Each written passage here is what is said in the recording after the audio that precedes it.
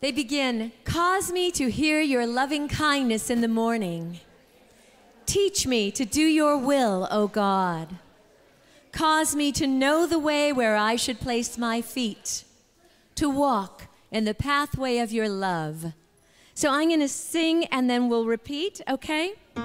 So it goes, cause me to hear your loving kindness in the morning. Everyone? Cause me to hear your loving kindness in the morning. Teach me to do your will, O God. Everyone, teach me to do your will, O God. Cause me to know the way where I should place my feet. Everyone, cause me to know the way where I should place my feet. To walk in the pathway of your love. Again, cause me to hear your loving kindness in the morning. Cause me to hear your loving kindness in the morning. Teach me to do your will, O God. Teach me to do your will, O God. Cause me to know the way where I should place my feet, to walk in the pathway of your love. That last phrase. Cause me to know the way where I should place my feet, to walk in the pathway of your love. And let's just try the whole thing. Cause me to hear your loving kindness in the morning. Teach me to do your will, O God. Cause me to know the way where I should place my feet, to walk in the pathway of your love. To walk in the pathway of your love. Good morning and welcome. My name is Janice Campbell. I'm a licensed Unity teacher and the speaker today, and we welcome all of you. This is your place.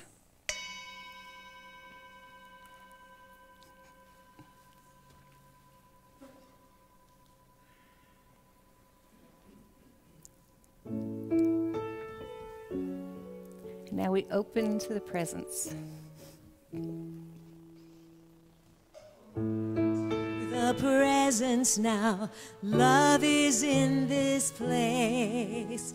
Open to the light within, feel God's peace and grace.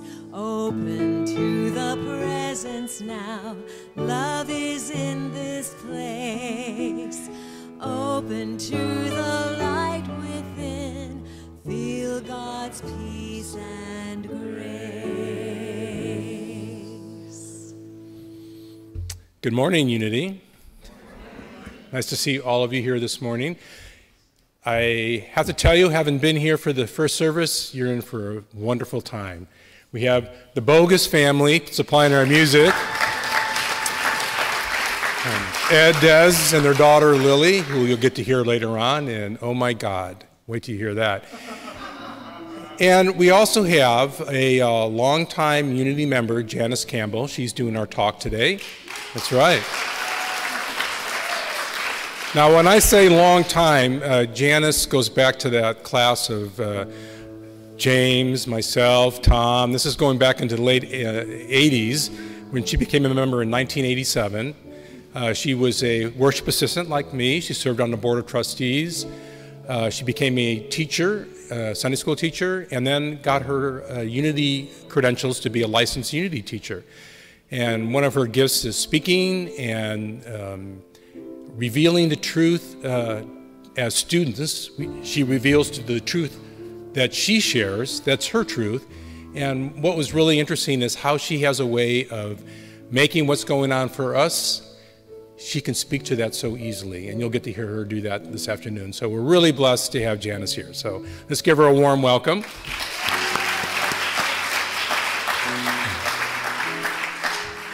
My name is Steve Listug, and I'll be today's worship assistant, so I'm very happy to be here as well. We are a spiritual community committed to authenticity and the expression of love and support for each other and living an awakened, enlightened life. And that's what we all are about. This is our vision statement that was created by this community. And this is created by this community. What is so important about that? Everything that I see and look at and experience here on this campus is something that we all collectively created. There was no gift from someone that gave us this property. There was no research of potential congregants that would make this thing work. We just all showed up. Somehow we got the calling or wanting or knowing to be a member of this community. And as a community, I'm so proud of all of us for not only what we do in creating a beautiful, loving place that we have here, but how we also go out into the world and experience making the world a better place. So it's wonderful that we have this ability, and it's all because we come together and experience our vision together. And out of that vision, we came up with 3 core commitments, and this is just a reminder to us what we can do each day to bring that experience of being one with God, and that is to connect, to grow, and to serve. So please join me in our Connect affirmation. We connect with Spirit, inspiring each other, the community, and the world. So this Wednesday night service, Medora will be leading. It's a special service. It's also the World Day of Prayer. And this is something that we've participated as a community for many, many years since the start of it. And it's going to be quite extraordinary. In addition to the regular service that we'll have that Wednesday, we'll have a labyrinth here in the sanctuary, and you'll have an opportunity to walk the labyrinth and to be in the silence where we connect with that inner quiet voice. And this room is perfect for that night. Between the music and the words and this being our sanctuary, it's a wonderful experience that you will have this Wednesday. So please be sure to attend. And if you notice in your bulletin, we have a little insert, and on the back of the insert it talks about the World Day of Prayer. You can write your own prayer and make sure that gets in the offertory basket today, and we'll include you in that service whether or not you can be here. So please take advantage of that. Next Sunday, the parents-teacher brunch is going to happen, so if any parents here that you might want to learn a little bit more about the school, not the school, but our Sunday service with the kids, you'll want to attend that. Of course, Pat Palmer, who's our Director of Family and Children Ministry, will be having that brunch, so please consider that if that is what's happening for you with children. Okay, let's see. Oh, Claire, there she is standing up. Claire's carrying our prayer box this morning, so if you would come up with that. And these are all the prayers that members of our community have placed in that box this last week. Every Sunday, this box makes its journey from the narthex to here. And while it's here, I know all of you are, even in a moment, thinking of those that have put a prayer request in the box. So I'd like at this time, just for a moment, if you could close your eyes.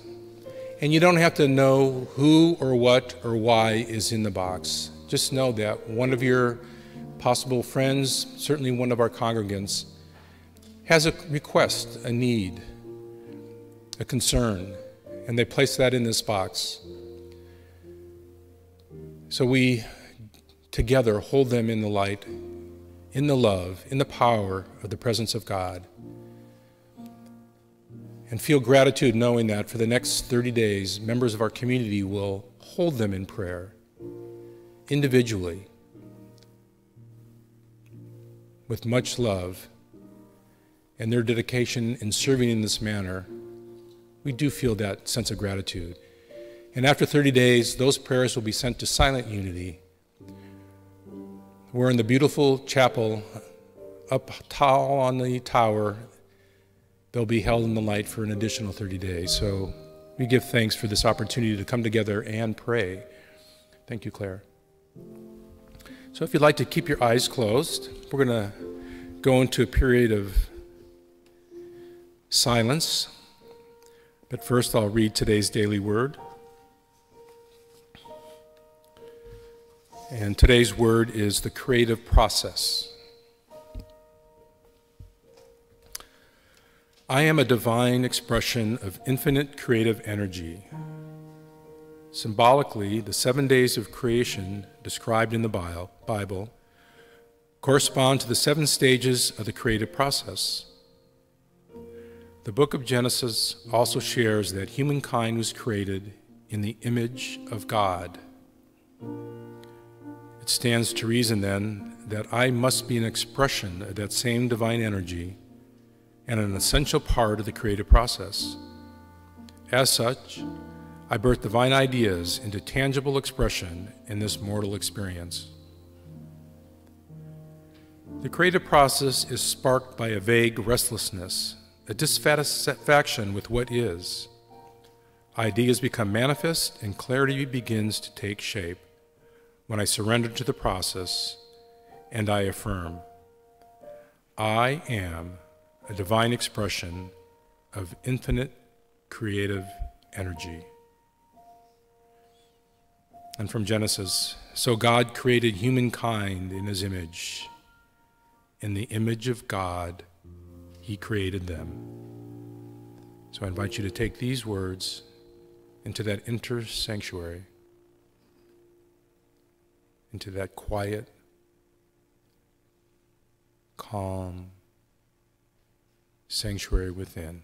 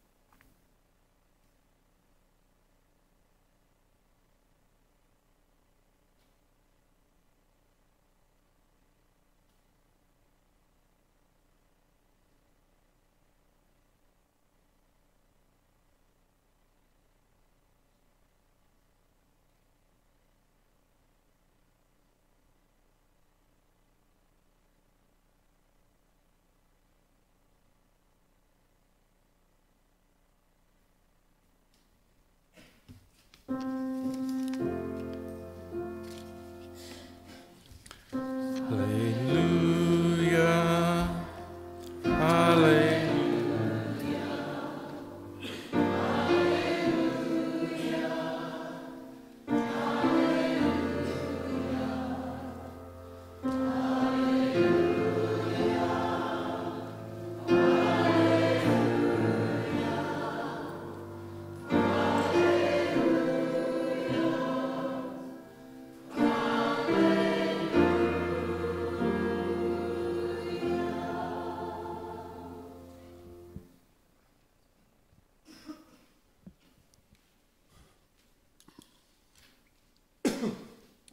Well, for many years now, I've shown up occasionally and writing a song at the last moment in the style of Randy Newman.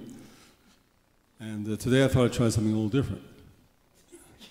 I'm going to present a kid's song in the style of Randy Newman.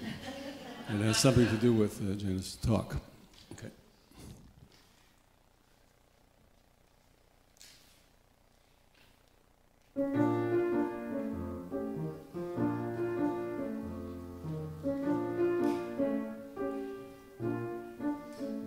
If you're gonna play a piece on the piano, you have to practice every day till you know it. Play the melody notes in your right hand and the bass notes down below it.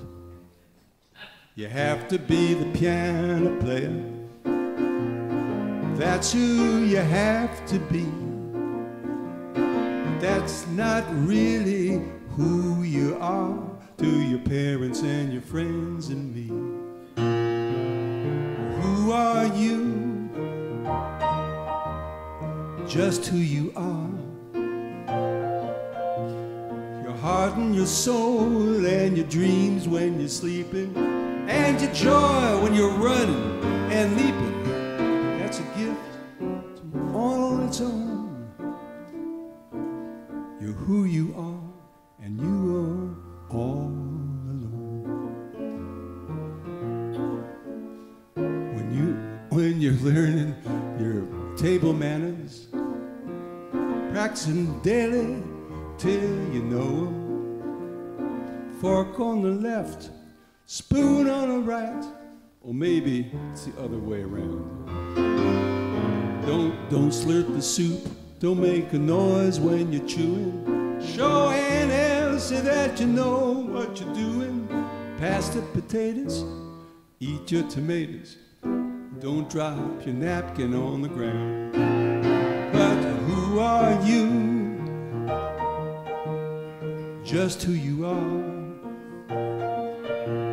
Your heart and your soul and your dreams when you're sleeping, and your joy when you're running and leaping. That's a gift all its own. You're you and you alone.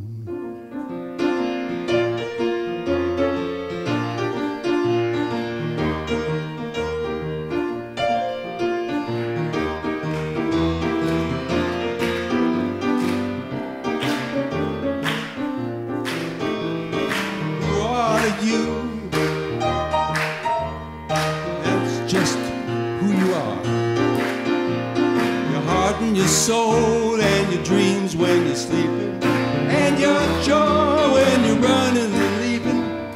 That's who you'll be when you're grown. You're you and you alone.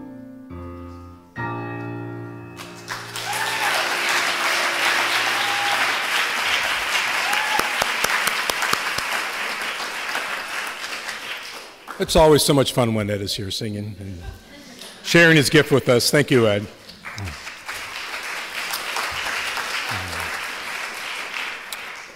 So, is there anybody here for the very first time? Just raise your hand. Oh, hi, welcome. Keep it on your hands up because we have a gift for you. Our ushers are going to come forward right now with this gift. I mean, it's a good one too, let me tell you. We've got, first of all, a couple coffee mugs. So you're going to get those. And one says peace, and the other one says peace. Those are nice.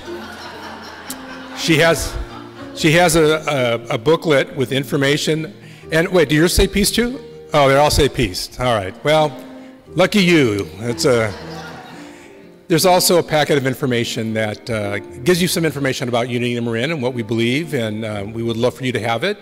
And if you sign up that piece of paper on the front and turn that into the hub, which is kind of the center of the courtyard, they'll make sure that you get a copy of today's CD, of today's service, including the music and Janice's talk. So welcome. We're glad you're here. Keep your hands raised.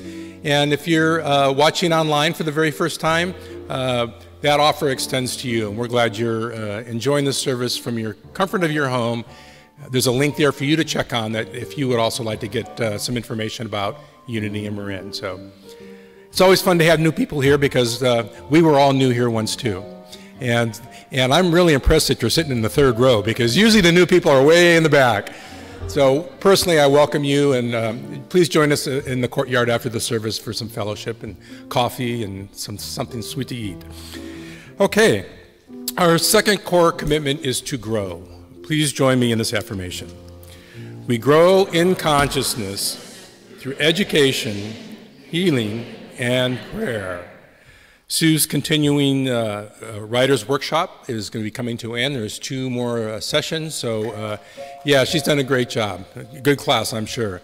And Sue, of course, was a teacher, taught high school in Novato for years and years and years, but has a book out for some time, and it's actually doing very, very well. It has been, so she's a great inspiration. If you'd like to catch those last 2 classes, you may. You can sign up in the courtyard also. On Friday the 14th, we have a very interesting speaker. Her name is Carolyn Berry, and she will be talking about another way of finding spirit. And there are so many different ways. You know, if you think of a wheel with spokes, we have all the different religions that bring us to that center, to that knowing, to that presence that we are all one. And then the Native American tradition, one of the tools that they use is the medicine wheel.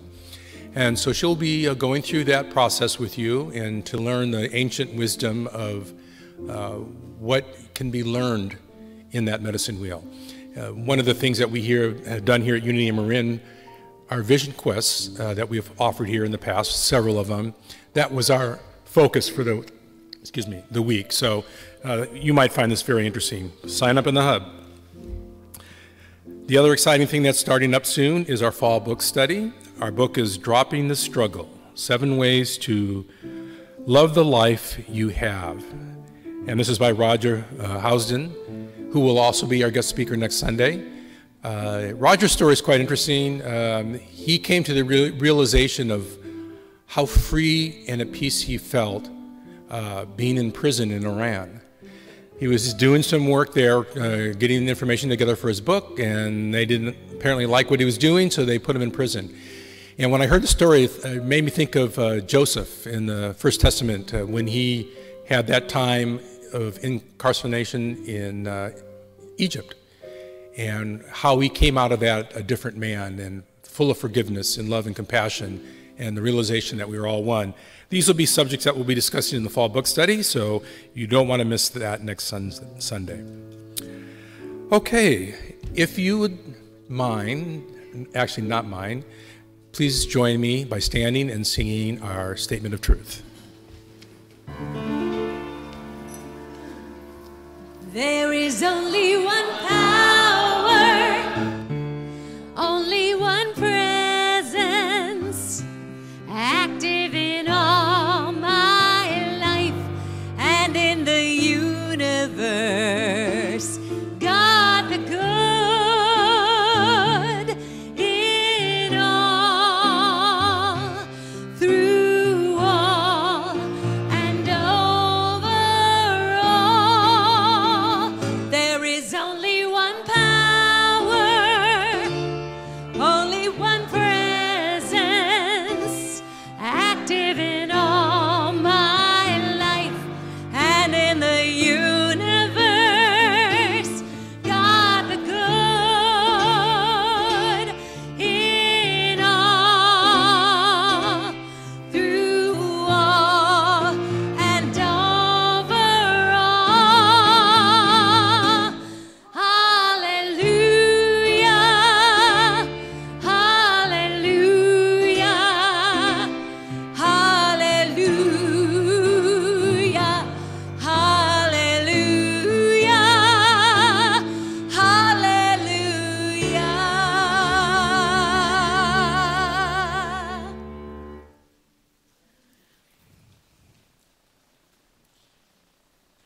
Thinking of Josh Holmes. Thank you, Josh, for writing that song. So nice and powerful and memorable.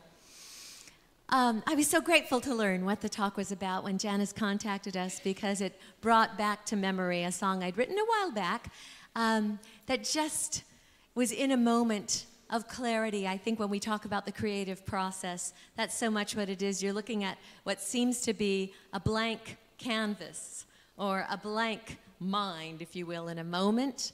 And that's when we're open to that spark of creativity, and suddenly it just flows. And this song was a treatment for myself as well, just this sense that who we are, as in Ed's song, is enough right now. We don't have to change, fix anything.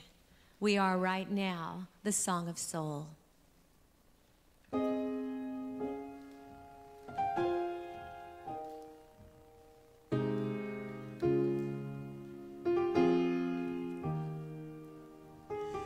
Can't quite put my finger on it, yet I can depend upon it. Yes. It's flowing through and moving me, setting apprehensions free. Oh, yes. to see it to know. You don't need to wait for it to grow. You don't need to set your sights on some long distant goal. To know you are the song of soul. It's like the morning sun rising, comforting and harmonizing, yes.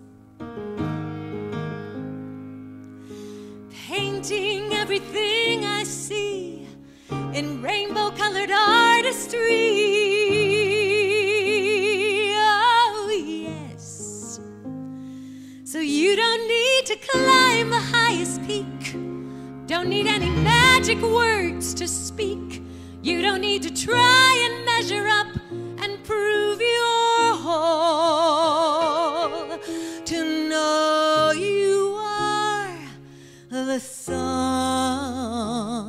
of soul.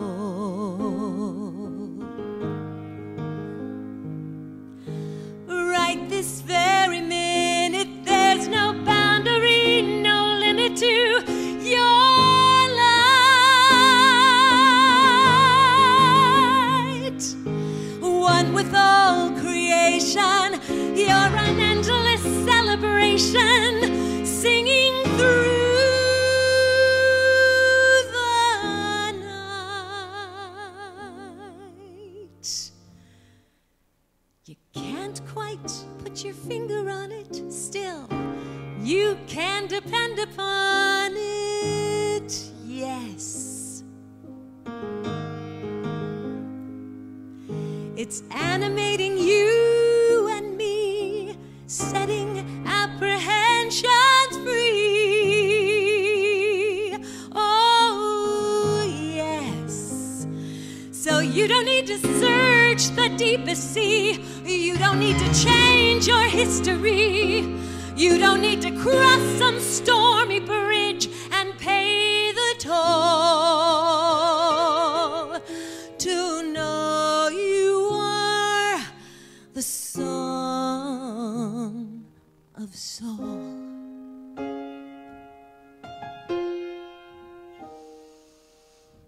Just know you are the song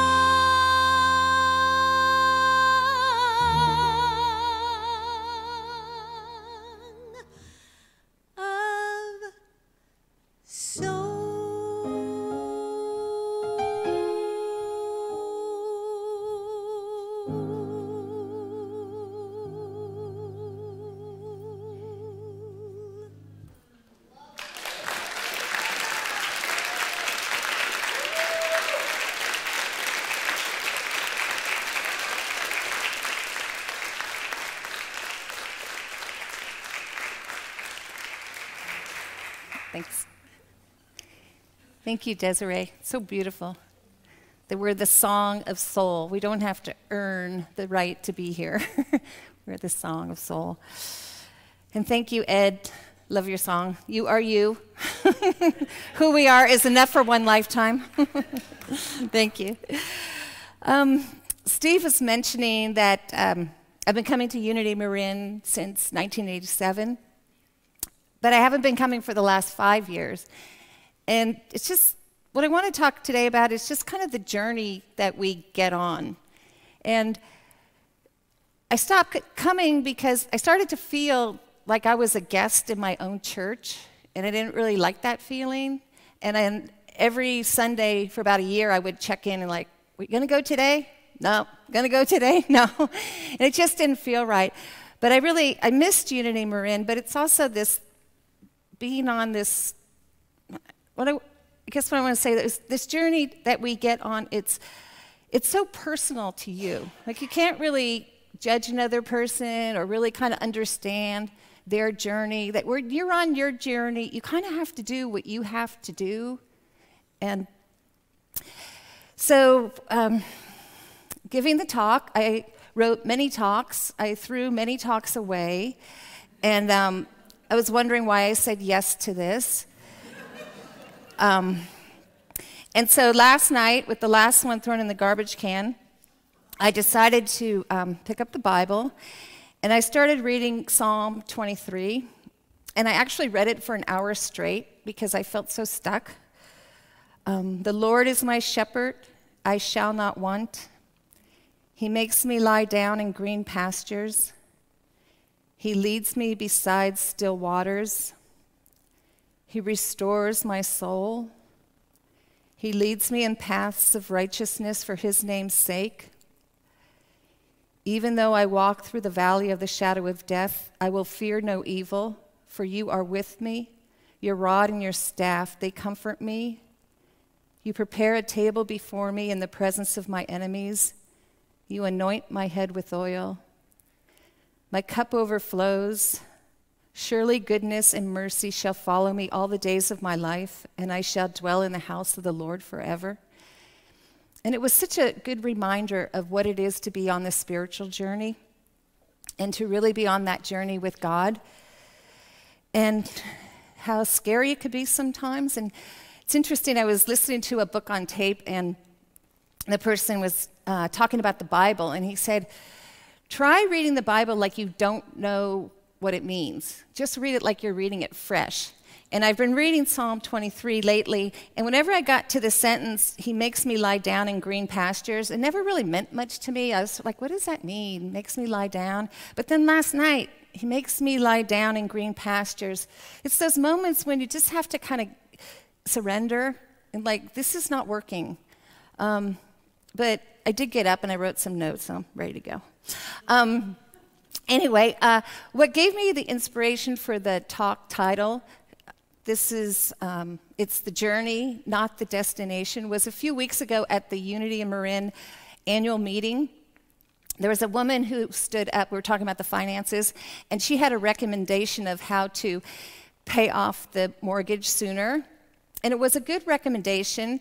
And then the board said, actually, our mortgage used to be really big. It's not that big now. And in proportion to the asset of the church, it's really not a huge mortgage.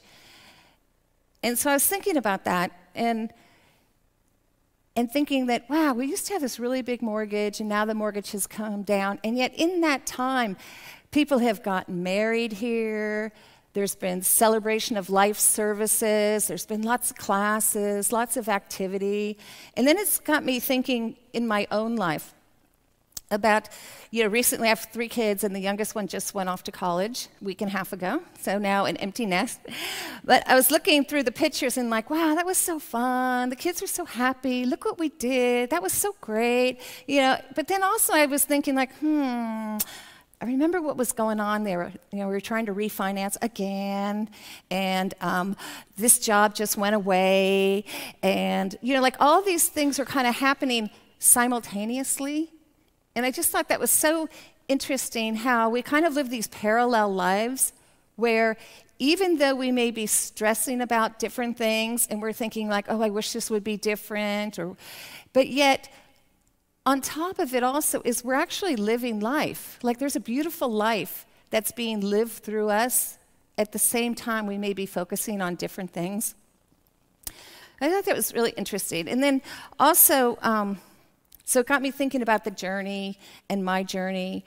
And I think back to when I was a little kid, I've never not had an extremely close relationship with God. I just feel like I just came in that way, and I used to love climbing the tree in the backyard. I felt really close to God, and then I'd lay on the grass in the front, and then at night I'd love going to bed early because of more time with God, and it just always felt so good to me. But yet there was so much shame in it for me because my family wasn't into God. I mean, we went to church, but it was for my mom, like the social aspect. But it was just kind of always this thing that, what are you doing? What are you doing? And when I first started teaching classes at Unity, not first, but a while ago, when my dad was still alive, he's like, what are you doing that for? Are they paying you? Kind of like, what an idiot, because the family that I grew up is, you got to make money. What's wrong with you? Focus on that. What are you doing that for? But I can never get away from it. And Actually, I was a CPA for many years, and I always felt like supposed to stay current with things. So I'm like, I should be reading the Journal of Taxation, but then I'd be sneaking in the closet with all my spiritual books and, sneaking around. I'd even go to the Church of Religious Science during the day, get some reading in, and, but it's just this constant thing of feeling ashamed about my spirituality. And one thing that I've learned about being on this journey is that you can actually find your gift in your shame. So the thing that you are most ashamed of, that you feel has you feeling separate from people, is really the gift that you are. And it's just really important to get that, because it's like, we hear about shine your light and this, but it's like we're kind of like, I'm not doing this, I'm not doing this, I'm not doing this, but then this is what we're doing. So it's really kind of stepping out and really figure, we could have classes on that. It's like finding our gift in our shame. Because what happens then is this starts to turn. Everything starts to look different. Like, wow, the thing that I was most ashamed and embarrassed about myself is actually my gift? I mean, what a concept. So it's really interesting. And then the spiritual journey, then I went to Sacramento the first time I took SCE classes, and it was really fun because when I first came to Unity Marin, there was like 30 people, and then I went to Sacramento, and it's like, oh, so many people, but there was a girl in our group on the first evening, and she was like, oh, I barely had enough money to get up here. She goes, I don't even know where I'm staying tonight, but I just had to be here. I love God so much. And I'm like, oh my God, I can't believe she said that. It's like, wow, she has such guts, So it was just kind of interesting. And then another thing about my journey at Unity was what really attracted me. I mean, well, first of all, the very first class that I took here in Unity was spiritual economics, class I'm teaching now. But my teacher was Candy Wright, so it was Candy and Maureen. So it was Candy, Maureen, and me. And at the time, I was selling financial products, and I was so stressed out. I mean, I'm not a salesperson. It was just like, oh. So I found this Unity, and then I'd go there, and they'd be so happy, and I'd be like, oh. I mean, I felt so wiped out. And then it's like I had no idea what the book was about or what they were talking. I didn't understand it at all, but I didn't care. I just wanted to be in their presence. It was like, oh. They were just so, so, so happy. And what was interesting to me, what I've learned is that as your consciousness grows, there's a part of you that gets younger. So it was really fun to hang out with them, and I was like, wow, I want to be like them when I grow up, because I was like in my 20s or something, late 20s. And Krista Bingham, when she was 99, she and I were doing a book study, so we talked every Thursday. And what I thought was so interesting about that is, it was fun because we were studying the Unity Story of Unity book, and when she was younger, she went to Unity, so she had a lot of really interesting things. But even her, with all of her studying and spiritual practices, she got anxious and she got afraid. And it was just so good to see that we do get afraid, but we can come back to principle. So it's not like trying to be perfect and, oh, I should have had it figured out by now. What's wrong with me? I've been doing this for so long. And so it's just really a blessing to be around that. And so then recently, this is kind of a big time in my life because I said the empty nest thing. And then also, recently I was doing divorce mediation with Nancy Foster, who's a member of this congregation, and that just ended, and then I turned 60. So it's like a lot of things happening at once, and I had the opportunity to rent a cottage in Carmel Valley for 2 weeks, so I was very excited about that. And so I went down there, it's like, okay, I am going to figure out what I'm going to do with my life. It's that part of it's done, and now I'm going to figure out what I'm going to do with this part. And it was interesting, too. And I also had this plan, like I was going to cook dinner every night, and I was going to do this, and I was going to do this. And after about 2 days, it's like, I don't want to cook dinner. I want to go out to lunch, and I don't want to do this. And then I realized, after all this time, it's like, I'm not going to, in fact, I don't want to ever plan anything again in my life. ever.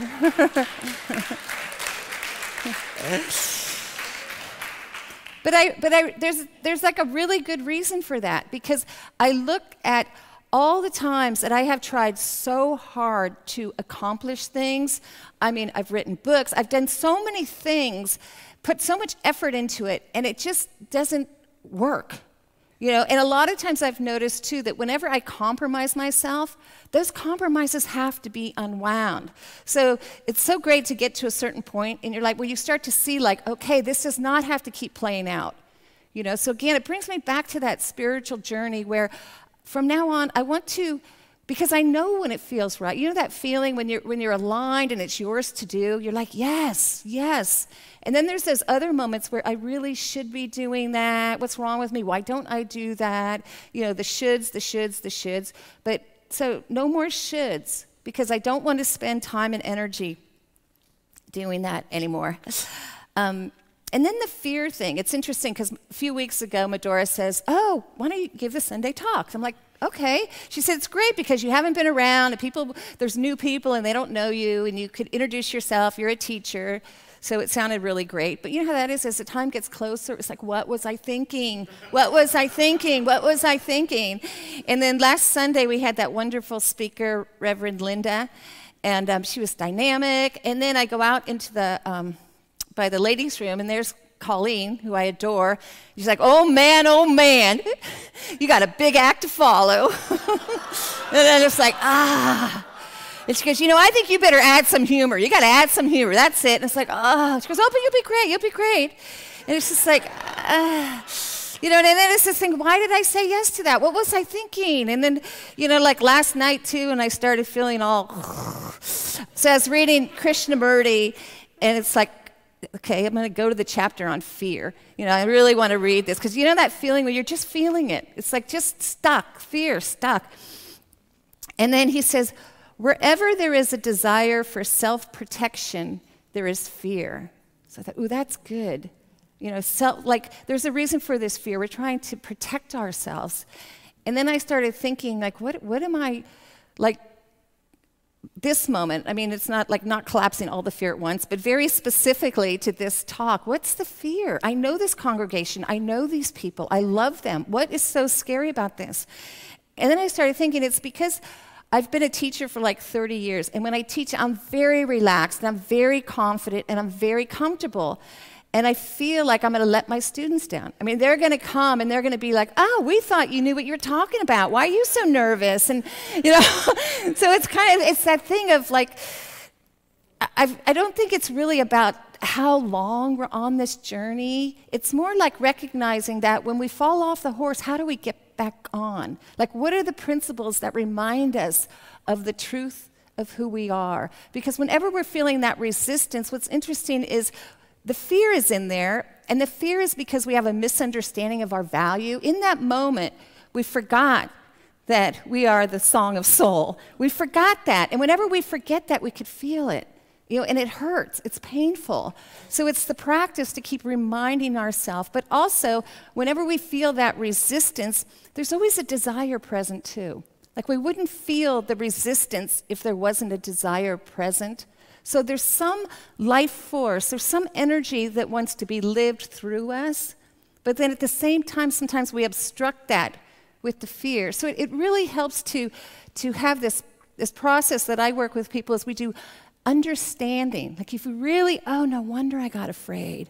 If you really deeply go into understanding why you're feeling the fear and why you're feeling the resistance, what happens is you start to have compassion for yourself. And it's like, no wonder that hurts. No wonder that's painful. No wonder. And then with that softening of compassion, what naturally happens is forgiveness. So we're able to forgive the misunderstanding of our value. Because if we don't really understand, so quickly we jump to the judgment. Like, God, what's wrong with me? Why? Okay, come on, snap out of it. Where's your confidence? Where's your strength? Use your 12 powers. It's like that thing where we're kind of righting ourselves. And then what judgment does is it locks it up like cement. We're just like stuck again. We're still stuck. But if we go deep enough into the understanding and then the softening of compassion and the forgiveness where we don't even have to do the compassion and the forgiveness. If we are deep enough to the understanding, the compassion naturally follows and the forgiveness naturally follows. And then what's on the other side, and all we're doing is forgiving the misunderstanding of our value. But then when we're able to lift that and have forgiveness, what's on the other side is love. It's like, and then we're back in the flow. We're back to remembering who we are. So then it's interesting, too, with this transition in my life and stuff like that. And I realized one thing that I'm not interested in anymore is like I'm not interested in hiding. And I don't know if any of you have that same thing going on, you know, like I have to get ready, I have to get better, I'm not there yet, someday. But it's like no more hiding. I was thinking of my friend Ray, I'm going to do a hashtag, you know, no more hiding. But it's kind of like, you know, like if not now, when? When do we get to live our life? What are we waiting? When is it going to start? And it's like the gift is here now. It's all here now. And even in the classes, teaching spiritual economics, and so we're, you know, the book, usually 5 weeks, we're going to go through the book. But then it's like, no, we're only this far. Like, it doesn't matter anymore about the classes. It's not about the information, it's about transformation. People are here for transformation. We don't want more information. You know, it's like, what really is going to make a difference in our lives? What's going to make a difference? So it's kind of like, it's no more dialing it in. You know, I just don't want to just show up for the sake of showing up, going through the motions. It's kind of like, no, no more of that. So that feels really exciting. And then we talk about the journey, and then sometimes we think about the destination. You know, we get so fixated on the destination. You know, once I lose weight, get my money together, get a better job, do this, do that. Once I do that, then my life's going to be great. But really, when you look at it, it's kind of like once I ... fill in the blank, then I can be who I am, I could do what I want, I can have what I want. So it's almost like this gift that we are has to be put on hold until we fix ourselves. And there's like something wrong with that equation. You know, it's like really looking at, we could go direct right now. You know, we're perfectly designed to be all of who we are. And another thing I think that's interesting about our goals and our destination, if we kind of look at it, a lot of times it's a false sense of security. You know, it's like, okay, it's like we're looking for these guarantees. Okay, well, once I do that, then I'm safe. Then I'm safe. But really, our spiritual principles, we are safe. We're safe. It's who we are. We're love. We don't have to earn our love. You know, it's like it's already here. So it's kind of like, what's interesting about that false sense of security is that we think we can control the outcome. But if our focus is on trying to control the outcome, then we're not really on the journey. And we don't know when the journey is going to end, but we want to enjoy the journey. But if we're fixated on, okay, is this worth it? Is this worth it? Is this going to get me where I need to go? Instead of really looking and saying, right here and right now. Because when we look at, when you look at an acorn, you know, inside of the acorn is a complete oak tree. I mean, think about it. And that little acorn is just a complete oak tree. And it's the same way with each one of us, is that inside of us, there is this complete expression of life. Just ready to be shared, ready to be given. And each person, it's unique to each one of us. It's interesting because I have 3 kids, so sometimes you hear, is it nature, is it nurture, you know? But having 3 kids, it's like I could say unequivocally that each one of them came in so distinct. I mean, like, Eric is not Sean is not Christine. I mean, their personalities, the essence of what they are is so unique. And it really helps me see for myself, too, is that I'm unique. You know, each one of us has a gift to share, very specific gift to share. So the journey is kind of noticing too, like there's always this thread. Like if you look, you reflect back on your life, there's been a consistent thread, and that consistent thread is you. You know, when you actually look at it, you know, in coaching people, sometimes people say, I don't know what my purpose is. But you know what? We're never that far off. It's like a tweaking. Usually it's just a thought away. And the thought oftentimes is, well, I should be this person. But people are never not who they are. So it's kind of interesting to realize that usually it's just such a subtle tweak, and it's really about us aligning who we're already being. So we've got this thread, and also our community, Unity, has this thread. And I feel really excited about what's happening at Unity now, because I feel like we're following the spiritual principles of seek ye first the kingdom, and then everything else will be given to you. Because we're not in the mindset of, you know, once we find the perfect minister, then we're going to have a thriving community. And you can see how easy that would be. We could be, oh my God, crisis. We don't have a minister. We have to put our life on hold, and we're just going to wait until this magical person shows up to save us. But it's not what's happening. People are very engaged, and I went to the prayer class on Tuesday, and it was really great. Tuesday, Wednesday. But it was kind of fun because she was talking about changing, the teacher was talking about how the language in Unity has changed over the years, you know, so kind of updating the language. And then some of the people around were kind of complaining and saying, I don't like the way Unity does this, and I don't like the way Unity does this, and why do we say that, and why do we say that? And so, but then they formed a small group. And it was just so wonderful, because it's like, this is our congregation. This is our community. This is our church. You know, at the board meeting, talk about we have to own the church. You know, not just financially feel ownership, but in our giving and receiving flow. You know, what each one of us is here to contribute and to share. And so the journey, you know, it goes on. But I think what's interesting, what we want to notice is that each person is responsible for their giving and receiving flow. So this is a very personal journey. You know, sometimes when we learn about spiritual principles, it's like faith, love, surrender, like it's so broad. But you really want to look like, what does that mean in my life? You know, what does that mean to me personally? You know, where is my kink in the hose? Where does my prosperity flow get constricted? And then to really be able to go in and understand that. Because whenever our prosperity flow is constricted, it just means that we have a misunderstanding of our value. That's it. We can never not be wholeness. We just have a misunderstanding. And when we talk about the World Day of Prayers, courage to heal, really what we're healing is our misunderstandings. Because when we heal that, we're back in the flow. We're back participating in the giving and receiving flow. And what's exciting is it's not just one person in this community being in the giving, receiving flow, because it works together. Like I know teaching, it's like I feel when I'm teaching, I'm giving, but I'm also receiving from my students. And then they're in the class and they're receiving, but they're giving to me. So you see, we're so interconnected with our giving and receiving flow that we're really not alone in this congregation. It's a thing that we're doing together. And I think it's exciting. Yeah. So just remembering on this journey is sometimes we fall off, but we know how to get back on. That's the main thing. And just remembering that you are perfectly designed to live the gift that you are. You have everything within you to live that gift. You know, Emily Cady talks about desires is God knocking on the door of our consciousness. And I love that. Like, we're never that far off if we're listening.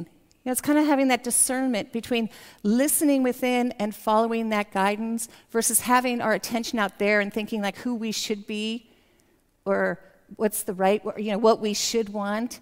And I think a way to always kind of catch ourselves is when we look, if you catch yourself in that sentence, once my life's on hold, then I can actually be who I am. So it's just kind of a quick way to unravel that and just kind of say like, no, I'm here right now. You know, who I am is enough for one lifetime. There's nothing missing, whole, complete now. So that's it. Just enjoy the journey.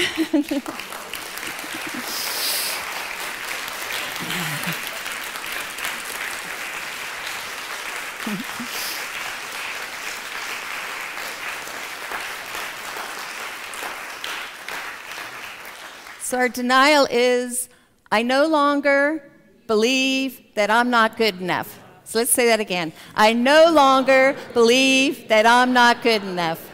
And the affirmation is, I am ready right now to share the gift that I am.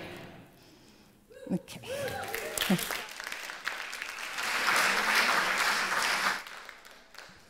Thank you, ushers, for coming forward. Now is the time in our service where we have an opportunity to give and to receive.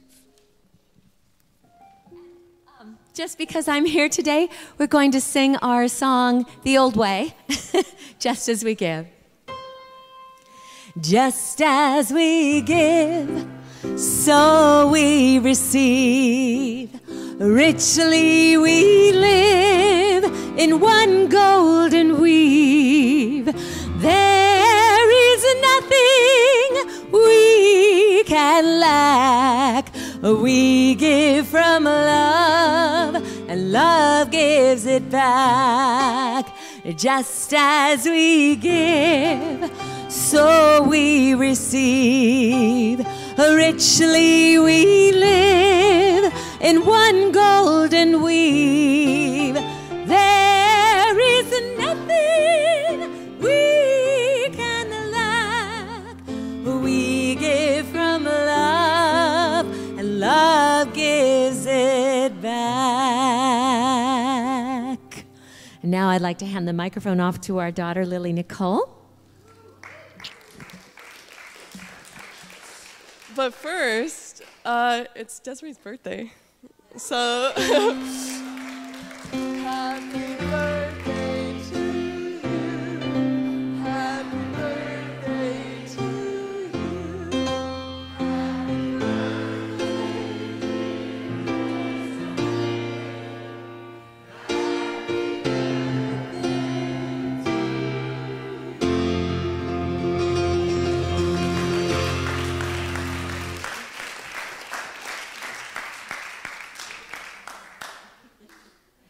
Wow. What a joy it is to be here with my family, both my Unity family and my immediate family. Our son, Ben, we're kind of grateful that he's not deep into music. He loves it, but he doesn't choose to perform it. And we're really grateful because who else is going to pay the bills when we get older? Family musicians, you need one in there that's going to actually make a little bit. So this is a lovely song that Lily discovered. It's from a musical called Floyd Collins. For those of you to whom that name doesn't ring a bell, he was one of our early, in the 1920s, he was an explorer of caves, and he was a major force in helping to map and discover many of our caves throughout the United States. And sadly, in one of his expeditions, he was trapped in a cave. I think his foot got caught in some rocks, and he was there for 17 days. And he was, the rescue team was fast at work, and he was able to communicate with them. And he was able to share with them his thoughts. He began to think about what eternity might look like. And he was tragically died 3 days before they rescued him, but not without giving a long thought of what the picture of heaven might be, what eternity might be.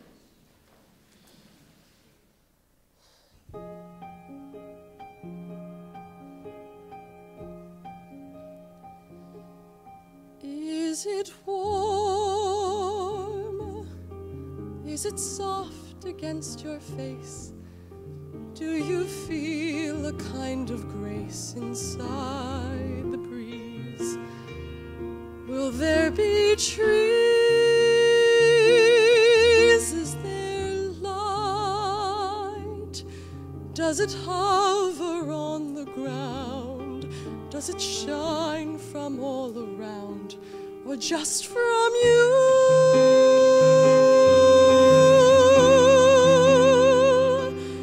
Is it endless and empty, and you wander on your own? Slowly forget about the folks that you have known. Or does rice and bread fill up the air from open kitchens questions everywhere, familiar faces far as you can see, like a family. Do we live? Is it like a little town? Do we get to look back down at who we love? Are we above? Are we everywhere? Are we anywhere at all? Do we hear a trumpet call us and we're by your side?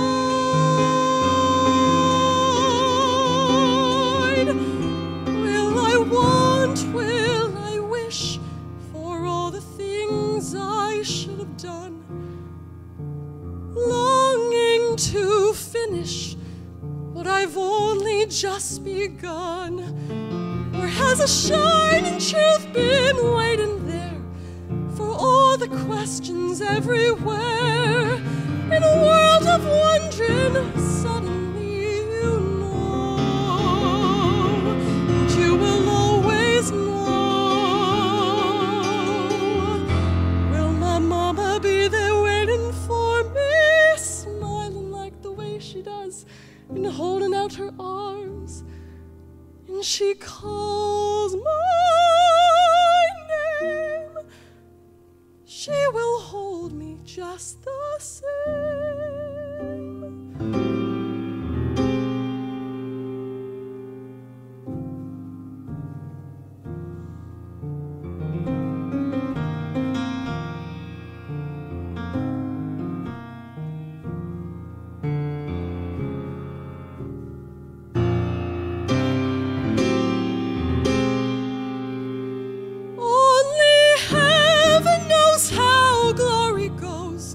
Each of us was meant to be in the starlight. That is where we are.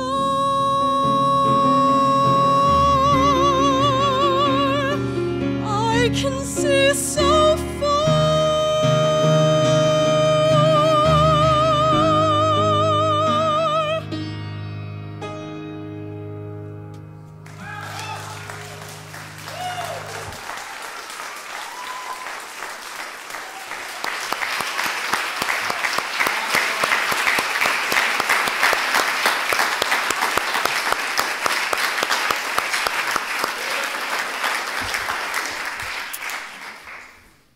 Amazing. And she's only 16. Can you believe it? Wait till she gets even older. When I think about my talents when I was 16, well, it's really quite embarrassing. Lily, you're amazing. So thank you so much. Before we bless our offertory, I just want to mention to you that if there's any of you out there that love money and love to count it, we're always looking for people to help us count the love offerings after service. So think about that as we, oh, there's a hand up. Hi, Karen, thank you. See Lindsay after the service. See, ask and you shall receive. I could use some money in my wallet. Is anyone out there? Karen? No? Let's bless our love offerings. Divine love, through me, blesses and multiplies all that I am, all that I have, all that I give, and all that I receive. Thank you, God. And thank you, Janice Campbell. Yeah.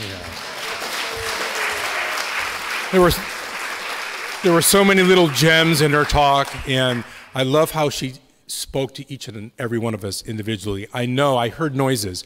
We all have the same experience.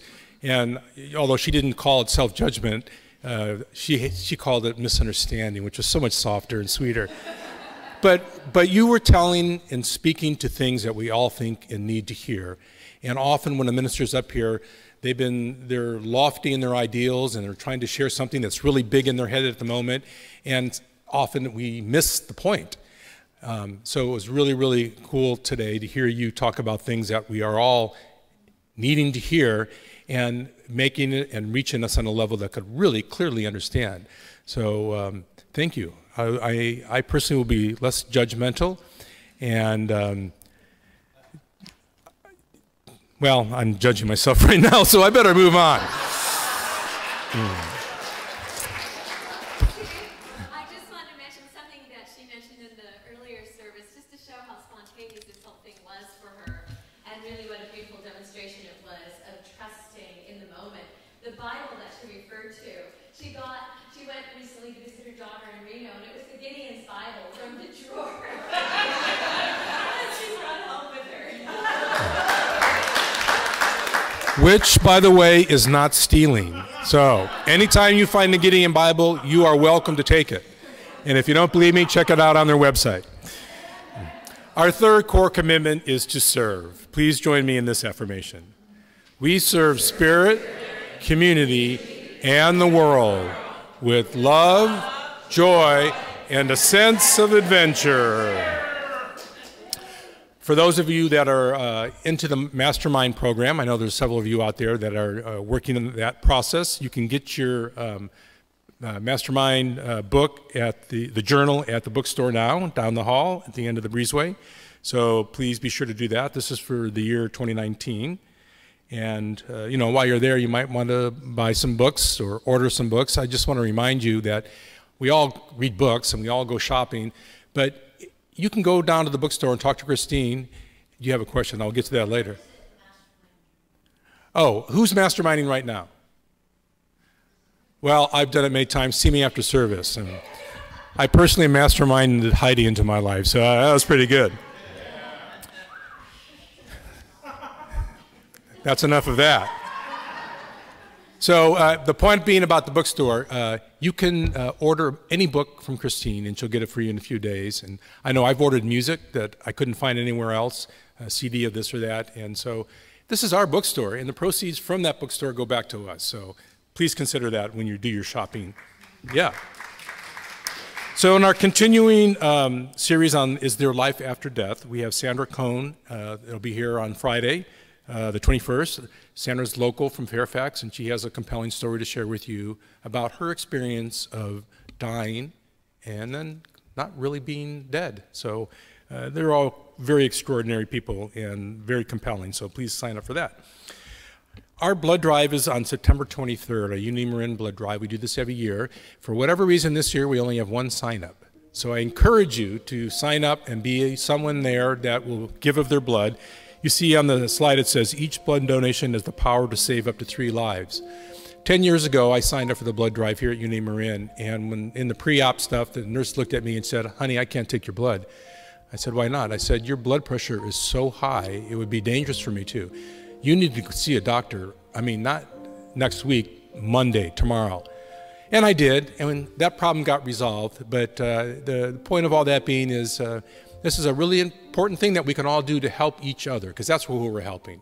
We're helping all that need blood. So please sign up for that. You can do that in the hub after the service.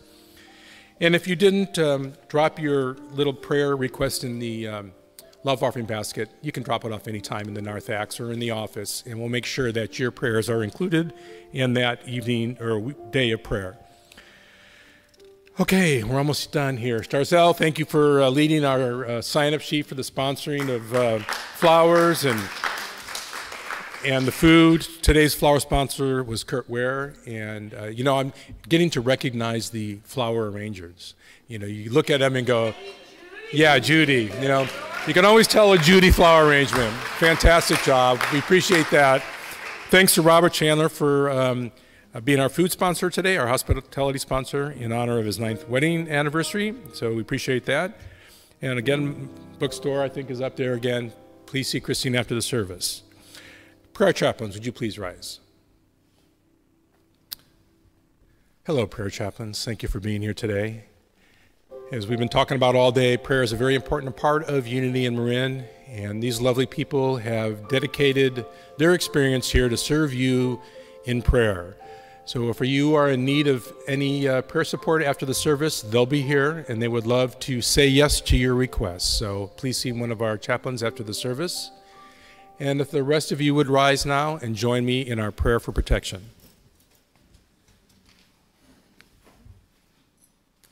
The light of God surrounds us. The love of God enfolds us. The power of God protects us. The presence of God watches over us. Wherever we are, God is. And if we would join hands to the person next to you, we'll close our service by singing our peace song.